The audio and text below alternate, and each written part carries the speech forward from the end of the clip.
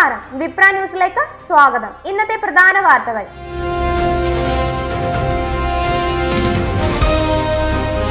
വയനാട്ടിൽ കാറിന് തീപിടിച്ച് ഒരാൾ മരിച്ചു. ഭാര്യയ്ക്കും 3 മക്കൾക്കും പൊള്ളൽ.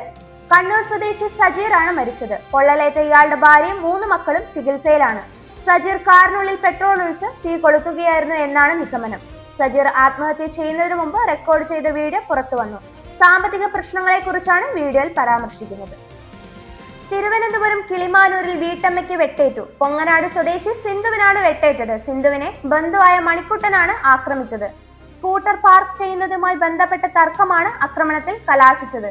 ഇതിനു മുമ്പും സ്കൂട്ടർ പാർക്ക് ചെയ്യുന്നതുമായി ബന്ധപ്പെട്ട തർക്കമുണ്ടായിരുന്നു. ആദ്യം വാക്കുതർക്കം ഉണ്ടാവുകയും പിന്നീട് വെട്ടുകത്തി ഉപയോഗിച്ച് പരിക്കേൽപ്പിക്കാൻ ശ്രമിക്കുകയും ചെയ്തു. അത് തടയാൻ ശ്രമിച്ചപ്പോഴാണ് ഇരു കൈകൾക്കും ആഴത്തിലുള്ള വെട്ടേറ്റത്. തിരുവനന്തപുരം മെഡിക്കൽ കോളേജ് ആശുപത്രിയിലാണ് ഇപ്പോൾ സിന്ധുവിനെ പ്രവേശിപ്പിച്ചിട്ടുള്ളത്. ഗുരുതരമായ പരിക്കുണ്ടെന്നാണ് ആശുപത്രിയിൽ നിന്ന് ലഭിച്ച റിപ്പോർട്ട്. ഇരുവരും അയൽവാസികൾ കൂടെയാണ്.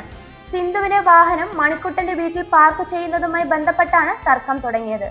പ്രതിയായ മണിക്കുട്ടൻ ഇപ്പോഴും ഒളിവിൽ തുടരുകയാണ്. കിളിമാനൂർ പോലീസ് മണിക്കുട്ടന് വേണ്ടിയുള്ള അന്വേഷണം തുടങ്ങിയിട്ടുണ്ട്. കിളിമാനൂരിൽ തന്നെ പ്രതിയുണ്ട് എന്നാണ് പോലീസ് പറയുന്നത്. തിരുവനന്തപുരം നഗരത്തിൽ നടൻ മണിയപ്പിള്ള രാജു ഓടിച്ച കാർ ബൈക്കിലിടിച്ച് 2 യുവാക്കൾക്ക് സാരമായി പരിക്കേറ്റു. കഴിഞ്ഞ ദിവസം രാത്രി 10 മണിയോടെ ട്രിവാൻഡ്രം ക്ലബിന് മുന്നിലായിരുന്നു അപകടം. ക്ലബിന് അകത്തുനിന്ന് പുറത്തേക്ക് വരികയായിരുന്ന KL01 CJ04 നമ്പറുള്ള കാറാണ് അപകടമുണ്ടാക്കിയത്. അപകടത്തിന് പിന്നാലെ വണ്ടി നിർത്താതെ ഓടിച്ചു പോയതായി പരാതിയുണ്ട്. സംഭവത്തിൽ മ്യൂസിയം പോലീസ് കേസെടുക്കുകയും നടൻ ഇന്ന് രാവിലെ പോലീസ് സ്റ്റേഷനിൽ ഹാജരാവുകയും ചെയ്തു. ഇതിന് പിന്നാലെ പോലീസ് മണിയമ്പിള്ള രാജുവിന്റെ അറസ്റ്റ് രേഖപ്പെടുത്തിയിട്ടുണ്ട്. ശബരിമല സ്വർണ്ണക്കൊള്ള കേസിൽ മുൻ അഡ്മിനിസ്ട്രേറ്റീവ് ഓഫീസർ S ശ്രീകുമാർ EDക്ക് മുന്നിൽ ഹാജരായി. ED ചോദ്യം ചെയ്യുന്ന 2ാമത്തെ ആളാണ് S ശ്രീകുമാർ. ദ്വാരപാല കേസിൽ മാത്രമാണ് ശ്രീകുമാർ പ്രതി. സ്വർണ്ണക്കൊള്ള കേസിൽ സ്വാഭാവിക ജാമ്യം ലഭിച്ച് പുറത്തിറങ്ങിയതിന് പിന്നാലെയാണ് ED നടപടി. കേസിൽ ജയിൽ മോചിതനായ മുഖ്യപ്രതി ഉണ്ണികൃഷ്ണൻ പോറ്റി പ്രത്യേക അന്വേഷണ സംഘത്തിന് മുന്നിൽ ഹാജരായി. ഇഞ്ചക്കല്ലിലെ SIT ഓഫീസിലാണ് ഹാജരായത്.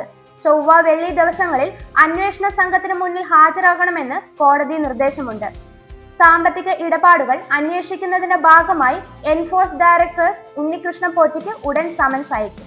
ഈ സാല കപ്പ് നംദു, ഈ വർഷം കപ്പ് നമ്മുടേത് എന്ന മുദ്രാവാക്യം പ്രത്യാശ നിറഞ്ഞ പ്രാർത്ഥനയിൽ നിന്ന് ആധിപത്യത്തിന്റെ ഔദ്യോഗിക പ്രഖ്യാപനമായി മാറിയിരിക്കുകയാണ്. വ്യാഴാഴ്ച രാത്രി നടന്ന 2026 വിമൻസ് പ്രീമിയർ ലീഗ് ഫൈനലിലെ ആവേശകരമായ വിജയത്തോടെ IPL-ൽ WPL കിരീടങ്ങൾ ഒരേ സമയം കൈവശം വയ്ക്കുന്ന ആദ്യ ടീമായി റോയൽ ചലഞ്ചേഴ്സ് ബംഗളൂരു മാറി.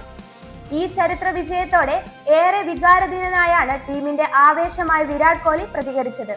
വിജയം ഉറപ്പിച്ചതിന് പിന്നാലെ സോഷ്യൽ മീഡിയയിലൂടെ താരം ടീമിനെ അഭിനന്ദിച്ചു. ഇതുപോലുള്ള ന്യൂസ് അപ്ഡേറ്റുകൾക്കായി വിപ്ര ന്യൂസ് സബ്സ്ക്രൈബ് ചെയ്യുക.